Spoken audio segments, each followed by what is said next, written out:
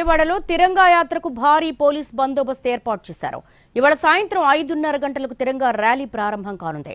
2.5 కిలోమీటర్ల మేర జరగనున్న ఈ ర్యాలీకి 2,500 మంది పోలీసులతో బందోబస్తు ఏర్పాటు చేశారు.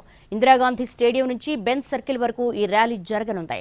భారత సైన్యానికి ప్రధాని మోడీకి మద్దతుగా జాతీయ జెండాలతో నడవనున్నారు కూటమి పార్టీల అధ్యక్షులు. విజయవాడలో తిరంగా ర్యాలీకి సంబంధించి మరింత సమాచారం మా ప్రతినిధి రామ్ అందిస్తారు.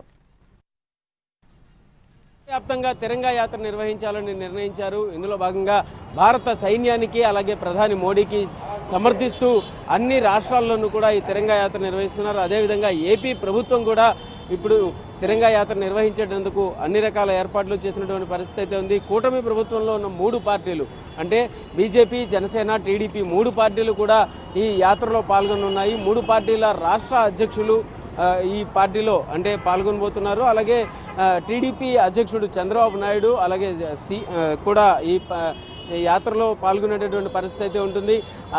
స్టేడియం వద్ద నుంచి బెంజ్ సర్కిల్ వరకు కూడా 2.5 కిలోమీటర్ల దూరం పూర్తిగా కాలినడకన నడుచుకుంటూ వస్తూ అందరి చేతిలోనూ కూడా జెండాలు అంటే త్రివర్ణ పతాకాలు మాత్రమే ఉండేలాగా ఏ పార్టీ గుర్తు ఉండకుండా ఏ పార్టీకి సంబంధించినటువంటి జెండా చేతిలో పట్టుకోకుండా ఒక త్రివర్ణ పతాకాన్ని మాత్రమే పట్టుకుని వాళ్ళు ఈ ర్యాలీని కొనసాగించే విధంగా కూడా అన్ని రకాల నిర్ణయాలు తీసుకున్నటువంటి పరిస్థితి అయితే ఉంది. అక్కడి నుంచి మొత్తం 5 పాయింట్లలో దీనికి సంబంధించినటువంటి విజువల్స్ కూడా ఏర్పాటు చేశారు. మొత్తం 5 విజువల్ స్క్రీన్స్ కూడా ఏర్పాటు చేశారు. అతిపెద్ద ఎల్ఈడి స్క్రీన్లలో ఈ ర్యాలీ మొత్తం కూడా చూపించబడుతుంది. అలాగే బెంజ్ సర్కిల్ వద్దకు వచ్చిన తర్వాత బెంజ్ సర్కిల్ దగ్గర మొత్తం ఎవరైతే ఈ ర్యాలీలో పాల్గొన్నారో వాళ్ళందరినీ ఉద్దేశించి మాట్లాడడానికి కావాల్సినటువంటి అన్ని రకాల ఏర్పాట్లు చేసినటువంటి పరిస్థితి అయితే ఉంది. అక్కడే మీడియాతో మొత్తం 3 నాయకులు కూడా మాట్లాడతారు. అటు పురంధేశ్వరి, చంద్రబాబు నాయుడు, డిప్యూటీ సీఎం పవన్ కళ్యాణ్ కూడా ఇక్కడ మాట్లాడేటటువంటి పరిస్థితి అయితే ఉంటుంది. అలాగే ఏదైతే తిరంగా ర్యాలీని సక్సెస్ చేయాలని చెప్పి ఇప్పటికే 1,00,000 మందికి పైగా ఇందులో పాల్గొంటారని అయితే చెప్తున్నటువంటి పరిస్థితి అయితే ఉంది.